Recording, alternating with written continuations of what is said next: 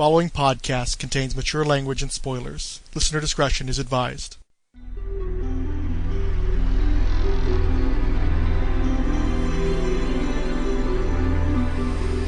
There was this book that came out in the early part of the 2000s called Haven, and it was about this alien city. It was the subtitle The Broken City that crash lands in the remains of Coast City after it was destroyed by Mongol in Reign of the Supermen. And it's inhabited by these aliens that were fleeing an autocracy. I think it might have actually been a matriarchy because there was like an evil queen named Anathema that they were running from. And there's all this internecine conflict between the different groups of aliens and such. They're conspiring against each other, and some of them are still alive with Anathema. But I thought it was a pretty damn good book. It doesn't seem like anybody else liked it, cared about it. They involved it a little bit in some of the Superman titles of the time, but not very much. And it just seemed to get dropped. I always wondered if maybe there was one of those deals where there was like a participation. DC was doing a lot of that at the time, where they would give the creators a certain stake in the characters and a certain amount of say-so in their usage, or they had to pay some sort of usage. Those characters just disappeared because DC doesn't need to pay for the use of the Alliance. And when I started reading the Omega Man, I realized that pretty much Haven was just a new take on Omega Man. It's the same premise. But if you've never read the Haven Maxi series, Ariel Olivetti drew it. It's a good looking book, and it's actually a pretty good read. It's weirdly heavy in the sci-fi realm for a comic book, but it's not really sci-fi. It's just comic book sci-fi. They did a new version of Amazing Man, who appears to be something like an Absorbing Man, who appeared in OMAC. I think that sucks. I think it's a disservice to both the Golden Age character, who was one of the very earliest superheroes in creation, and also to what Roy Thomas did in All-Star Squadron, where he tried to retroactively add African-American representation into DC's Golden Age through his own version of Amazing Man, which was to some degree trying to pay homage to the original, but really had a lot more in common with Absorbing Man from Marvel Comics. So to have some other dude named, of all things, Rocker Bond, be the new Amazing Man, I'm sorry, I'm giving the finger to that. He's a throwaway villain in an OMAC comic that nobody read. Then we have Alpha Centurion,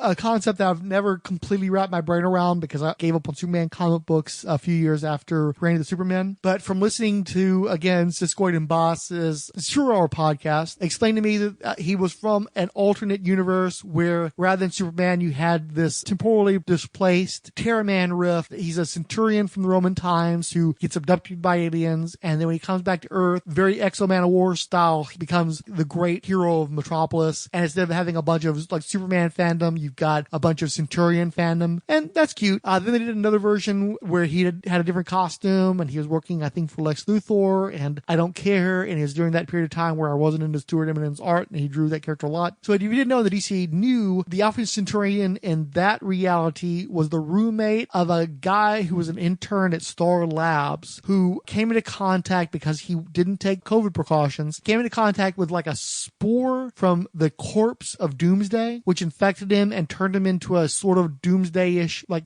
mini Doomsday, like Slobo Doomsday, whatever you want to call it, affected qualities of Doomsday without going full Doomsday. He's like a skinny, rocky guy. He had a book called Doomed that was out for a little bit there that nobody read because I think it might have been part of the New Age of Heroes, which again, hubris in a flashing neon sign. And so the new Alpha Centurion was the roommate of that dude who got Centurion powers from something. It was one of those things where they just decided to recycle the IP and they didn't have a good reason to do it, and nobody was going to put up a fight over Alpha Centurion. But that's the deal of that character, the New 52. And it's like, if nobody cared about his deal when it actually had some thought put into it, nobody really cares about the deal when it's the roommate of the dude who sucked off Doomsday. And then there's a listing for the Alpha Centurions, who are, if I remember correctly, supposed to be the internal affairs of the Green Lantern Corps, but they got corrupted, they were killing some people and yada yada. I don't care. I'm not doing anything with that. So as I said, I did not buy the 2016 edition, any edition of the DC Encyclopedia after the 2004 edition. I became steadily disinterested in DC Comics after New 52, but I still kept my toe in there. I still was trying to keep up with what was going on for a number of years. Only in the last couple or three have I really firmly abandoned DC Comics. I just lost interest really in corporate superhero comic books. I've actually become somewhat radicalized by podcasting. When Rolled Spine Podcast got into the game, one of the first things that I had in mind was doing a Marvel podcast specifically because most of the people that I was friends with that had podcasts were in some way related to the Fire and Water Podcasting Network, and they were doing pretty much all DC stuff. And it was like, well, there really should be some Marvel podcasting out there. And I looked around. For some reason, Marvel is one of those lines that just doesn't seem to attract a ton of podcasting. There's more now, but years back, it just seemed like it wasn't an area of great interest to Marvel fans. And so, we kind of tapped that. We did the Marvel Superheroes podcast, which was actually an outgrowth of an idea where I was going to try to do something much more similar to the Fire and Water podcast, where they take one of the guys talks about Aquaman, one of the guys talks about Firestorm. Well, I was going to get my buddy Mac, and one of us was going to talk about Captain America, me, and the other of us was going to talk about Iron Man, him, and it'd be like a Tales of Suspense podcast riffing off of Fire and Water. But when I asked my friends if they were interested in doing it, I was surprised that Mr. Fixit said yes. I didn't think he'd have any interest in podcasting. And because he did, that sort of transformed it, because we weren't just going to do Plus Hulk, and do like a Tales to Astonish podcast or whichever book. I don't remember which one Hulk and Submariner were in. I think it's Tales to Astonish. And of course, I asked the guys whether or not we were going to curse, and they emphatically said yes, that we would curse. And so I knew that it was going to be a different vibe than Fire and Water. But so we've done 100 plus episodes of the show, but we went from having a weekly Marvel Comics show to like a monthly, and now it's almost like a quarterly. And it's really my fault. If anybody's wondering about that, it's that the more we worked on these Marvel podcasts, the more conscious I was that all I was doing was feeding into a pipeline of promotion for a giant corporation, the likes of which are destroying humanity. And I just didn't really want to be a party to that. And because I'm the guy who sits here and spends hours and hours and hours editing this stuff, I have a lot of pull on what actually gets released as a podcast. Actually, I encouraged Mac and Fix if they want to do more Marvel superhero stuff without me, or if they just wanted to include me as a guest and then actually edit it and put it out, they could. And that never really happened. So it's like, okay, well, if I'm not interested in Marvel superheroes, and it's only going to come out sporadically when I have something I want to talk about, or if the guys are like, no, we have to do this, but they're usually not that emphatic. They'll say it once, and if I don't do something with it, then it just sort of tends to fade away. And of course, I initially tried to do a lot of DC solo podcasts. They were just extensions of the blogs that I ultimately abandoned because of the time constraints. It just takes a lot of time to do a podcast, especially the way we do it, because we're not pros like some of these other guys where they come in with their A game and they're on point and they're brief. We're a bunch of assholes, and we curse a lot and we talk too much and we go off on tangents. I think that's fun. I think that's where the life comes from. I'm bored to tears a lot of times with those more staid podcasts. I wouldn't have it any other way, but to turn it into something that I think will work for the broadest number of people, to have some sense of authorship, I do like to go in there and really edit stuff. But, we've been doing this for like 6 years, and I'm just, sometimes I'm really OCD with this stuff. I just go to ridiculous lengths in editing where I'm taking out breaths and and I basically, my problem is I'm not a podcaster by nature. I try to edit podcasts like I'm editing a manuscript. And so when myself or the guys are saying a bunch of and yes and kindas, we fucking love kind of weasel words. I'm trying to go in there and edit it out so you can't tell sonically. And it takes a lot of time and effort, and it's really stupid, and I should just leave it alone, because there are plenty of times where I just decide I'm not going to edit something and it just goes out as is and nobody gives a shit. In fact, a lot of times I like it better. I like the podcast to have different identities, and so that's a rolled spine kind of thing, or DC special kind of thing, where we just dump the shit out there and you guys deal with it or not. There are other ones that I like to curate more carefully. In particular, like Spawnometer is one that's really dear to my heart, because that's one where it's an area that's still underserved. The only other podcast that does Image Universe that I'm aware of is All the Pouches, John Wilson's show. We go to deep dive. We're talking about the creators and the historical context. I like to think that we're the trade paperback versus John doing the floppies, but it takes a lot of time to do that. It takes a lot of effort to do that, gather all the materials and do the research. Most of my podcasts involve a lot of research, and it can be very time consuming. And so the grind of trying to do that on a regular basis definitely wears me out. And like in the early part of this year, I was just completely burnt out, and I'm still struggling with burnout related to podcasting editing, which is starting to get to the point of the existence of this show. But we'll get there. Bear with me.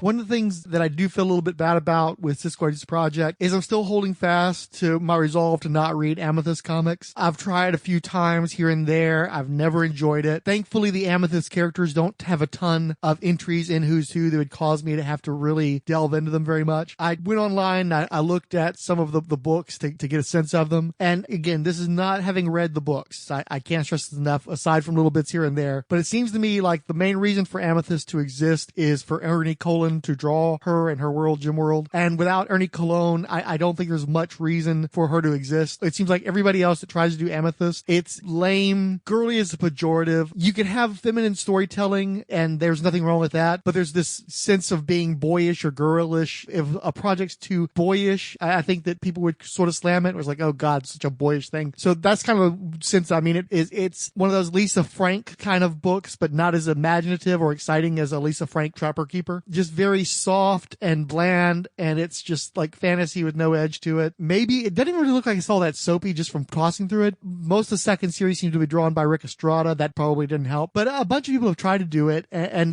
Giffen came on. He did some work on it, and Giffen's definitely too dark of a guy to be doing something like Amethyst. And it's weird because it seems like in one of the specials, it ended with her stuck as a statue. Everybody knew it. Nobody could do anything about it. And they just left her like that for what seemed like at least a few years. And so it's no wonder when she finally came back, she was a little bit tweaked and maybe a bit evil. They played her as a bad guy in one of Giffen's Fate relaunches. But I'm mostly talking about my boo-boo because I just can't commit to reading this character stuff. I'm not a fantasy guy, and it's just like so fantasy, unicorns, Pegasus. Like I just can't. Maybe if Siskoid moves on to the later editions of Who's Who, I'll go ahead and make that commitment. But I don't. I brought up a bunch of times that everybody likes Alan Moore more than me because Alan Moore just got to me too late. The first stuff of his that I got exposed to when I was a kid was too heavy for me. I just wasn't smart enough to enjoy it and feel comfortable reading it. And then when I try to go back to it later, I've read other people that were influenced by Alan Moore whose work I think has more blood in it. I find Alan Moore to be very sterile. He reminds me a lot of Stanley Kubrick, who's another person that everybody tells me is really, really great, and I don't really like hardly anything he's ever done. And so when I try to go back and I read the classic Alan Moore stuff, I'm just,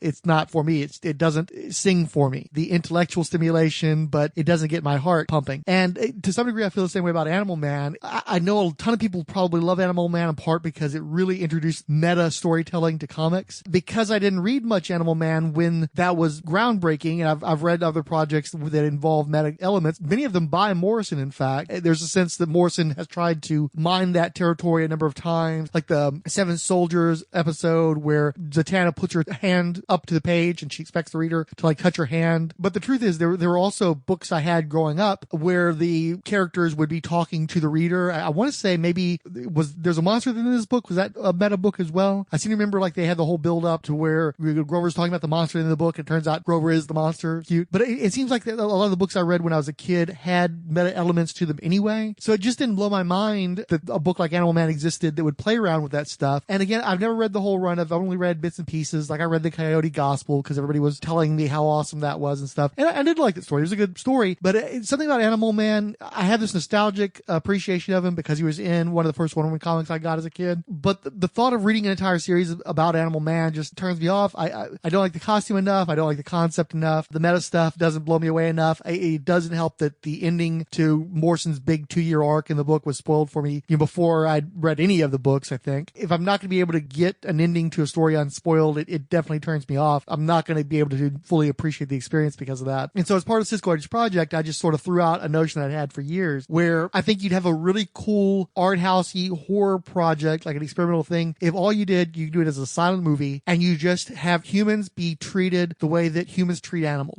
All the messed up stuff we do to animals, you just do that to humans. I think you'd have a pretty affecting horror movie out of that. It'd be commercial suicide. You'd have to have some like crazy art person, billionaire type to bankroll something like that. But I think it'd be cool. And so I just took that notion and I stuck Animal Man into that with a little bit of Porno for Pyro's Pets.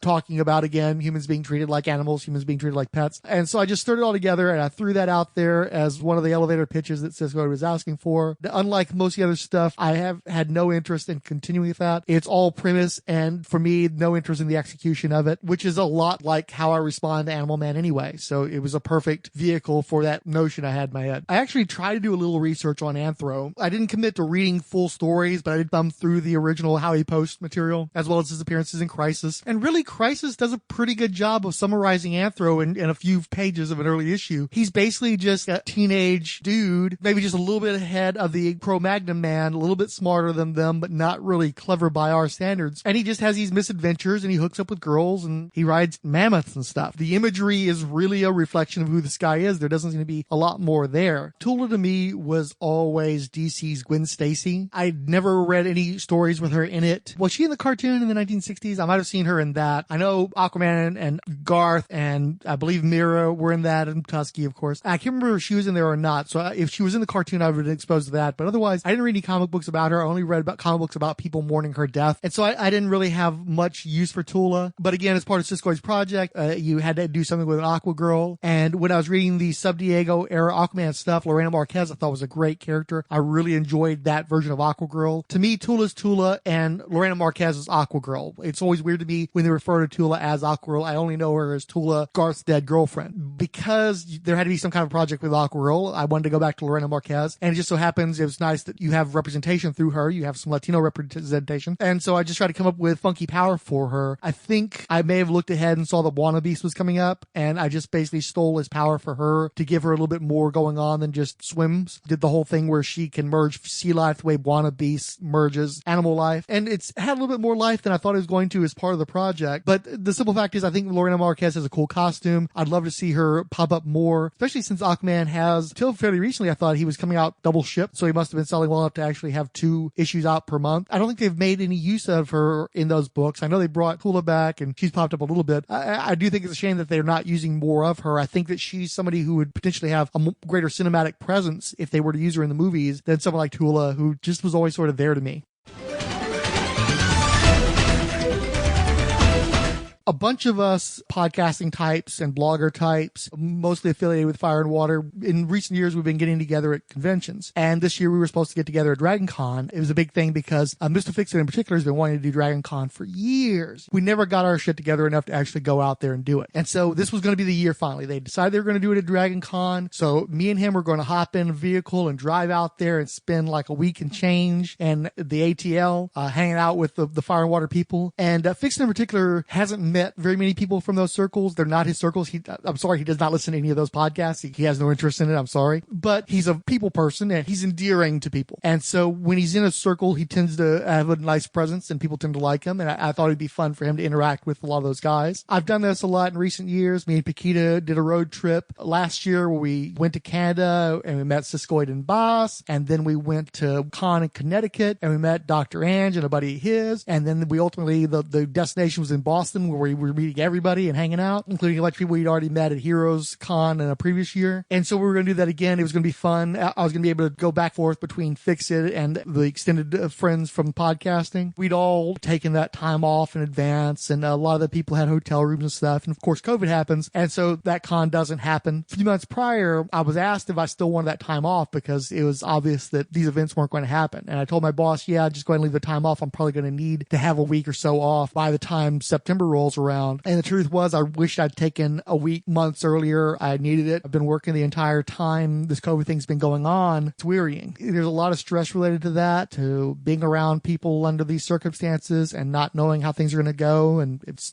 literally being fearful of your life. I'm not telling anybody anything they probably don't already know. It's been stressful for everybody. And obviously, it's real drag to not go and do the con and all that kind of stuff. And the thing is, Mr. Fixit also taking that week off. And so Mr. Fixit went off and he had his own little adventure. And I think he had a good time with that. Me, I just had a staycation. I stayed home, and the plan was I was going to catch up on a bunch of stuff that I wanted to work on. I wanted to do a bunch of reading. I wanted to do some blogging. I wanted to do some podcasts. I had all this stuff I wanted to do. But the simple fact was, by the time the vacation actually came around, I was so freaking burned out that I just wasn't motivated. I just wanted to lounge and just relax and not have to do anything and not have to mask up and glove up and go through all these precautions or grind through another podcast after getting podcasts out in the midst of all this stuff going on. Mostly I just got like a couple podcasts done. I finished up a Darkman podcast that I've been wanting to do that we'd recorded pieces of for years. Terrible audio, and I thankfully finally gave up on trying to make it of a Silk Burst out of a Sal's ear. People seem to like it okay, which is nice. I actually wanted to do a broader Darkman universe deal, and in fact I ordered Blu-rays to get commentary tracks on the direct-to-video sequels, and I still don't have all that stuff because shipping sucks in the COVID universe.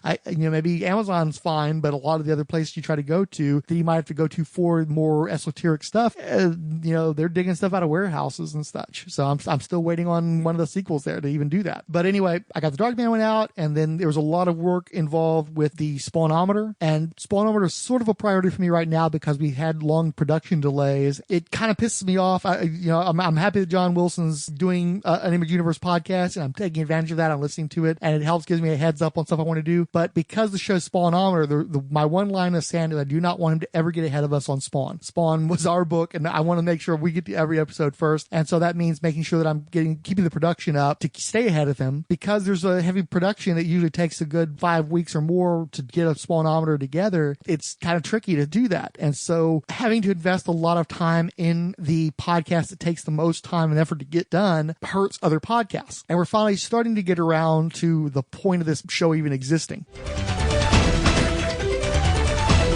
It's funny, with Arak, I think I actually got some compliments on some of the elevator pitches from Siskoid's first edition of Who's Editing, especially with some of the early ones I did. It was basically just summarizing the history of the characters from places like Wikipedia and stuff. Arak actually has a pretty cool premise. He's a Native American who gets picked up by early Vikings and taken to the old world, and he has adventures that often involve him interacting with the mythologies of Europe and the Dark Ages. And it's just kind of cool to see him with the whole Native American shaman thing coming at a lot of this old world stuff from an outsider perspective. And I always really love the imagery from the DC Sampler where he's got the mohawk and he's fighting the classical Mephistophelian devil with Pan, cowering off to the side. It's just kind of cool to see that mashup of mythologies that are inherent with Arak as a Native American outside of his expected place in time. But it also just so happens that in doing research on Arak, I stumbled upon the whole thing about him being Telos, this Silver Surfer analog that they came up with for Convergence. Arak eventually marries the Iron Maiden, basically his Red Sonja from the 80s comics, and they have kids, and randomly Brainiac decides to pluck Arak out of that point in time and turn him into his herald, his Silver Surfer, wipe his memory, have him run around, creating the circumstances under which Convergence, where, if you remember correctly, they would take two cities from 2 points in DC Comics continuity and have them fight out to see which one would survive. And I guarantee this is some dumb shit that Dan Dio came up with that Jeff King had to entertain. I think everybody was turned off by the stupidity of that premise. It's another variation on when Monarch was having all of his gladiatorial combat with different versions of Batman or some such in the DC universe. Nobody liked when that happened, and then it got foisted on us again through Convergence. Did go through a lot of the Convergence material, specifically the core miniseries, which it seems like, nobody seemed to want to read Convergence. Nobody seemed to have a lot of interest in it. Some people, myself included, read a lot of the one-shots, whereas they were showing characters from earlier time periods that would resonate more with fans of a certain age, like myself. But people didn't seem to care much about the core miniseries. And looking at how things played out with the concepts from Convergence, it's clear that DC thought this was going to be a thing, because there's really good artists on Convergence. I think one of the Kuberts does a chunk of it. This was going to be basically somewhat equivalent to the Flashpoint, or maybe more like 0 Hour, transitioning from the New 52 to the Rebirth DC. This was the engine by which that was going to happen. And of course, there was an expectation that fans were going to really embrace that notion. Basically, what happened was that DC got their big sales bump off the New 52, and then over the course of several years, interest plummeted in that, and sales just bottomed out, and DC knew they needed to get back to their meat and potatoes superhero universe. Obviously, they started shoving all the Wildstorm stuff off the stage around the time of Future's End, and so Convergence was going to be this big book. They had a pretty notable television screenwriter, Jeff King, writing the project. I think Ethan Van Sciver did some of the books before he was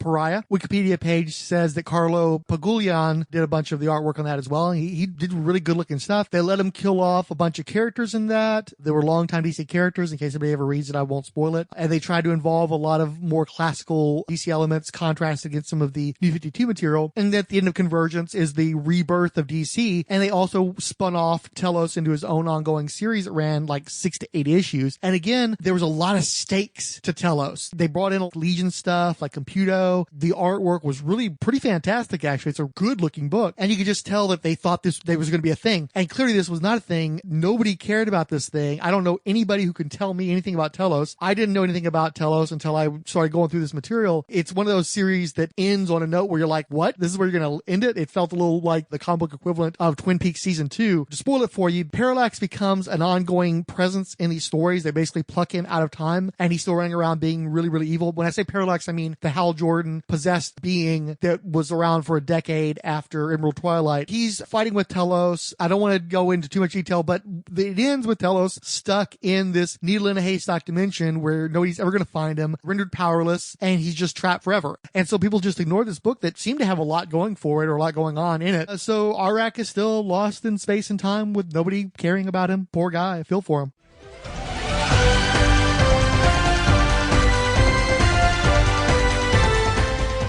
So I'm looking at the Argent entry, and I definitely remember Argent because I bought, I think it was called the Suicide Squad Doom Patrol special, where it's basically an opportunity for two modest at best selling books to have a big fight and maybe help each other with a crossover of readership. And so in that special, they introduced this idea of Argent that was going to be this small, clandestine, secret spy organization. And the bit was that the two teams were trying to stop Argent, and it turned out that Argent had already been stopped by the ravages of time. The guy that was supposed to be running the operation was either dying or long dead, and other people were just continuing it as a whisper campaign, essentially, where there really wasn't any there, but they made it seem like Argent was still this multi-tentacled Spectre type organization. And so that was the bit, was that no, they're not. You know, I love the idea of spy organizations. You know, when I was growing up, Bond was still a huge thing, and I know it's not like Bond isn't still a huge thing, but I mean, culturally, I think Bond mattered more to more people in the 80s backwards than from the 80s forwards. It's remarkable that Bond has managed to retain what cultural relevance it has as times have progressed past the notions of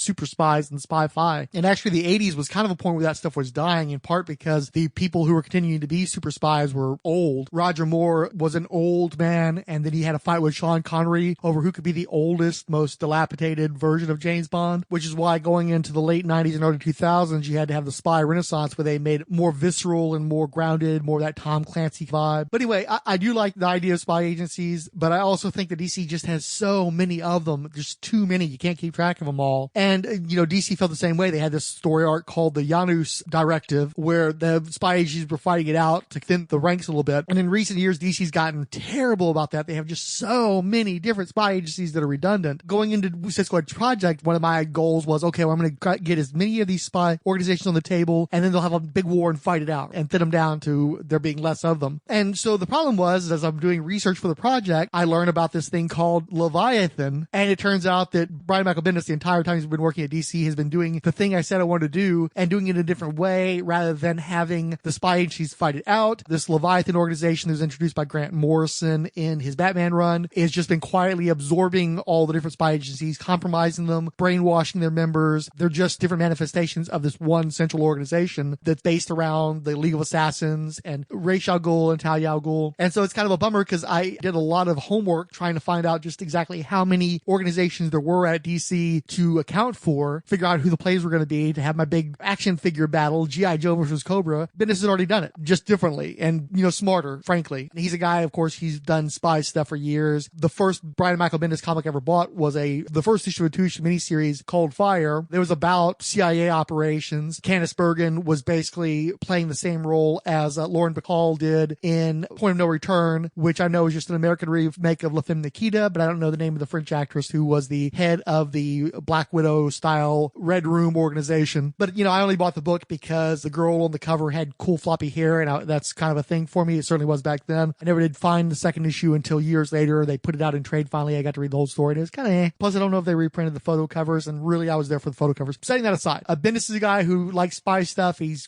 good at spy stuff, and he, you know, people were really involved with the whole Leviathan thing. And now that I've caught up a little bit on that, I can congratulate him for what he did, but it was a bit of a bummer because it had to sidetrack my plans as part of Siskoid's project.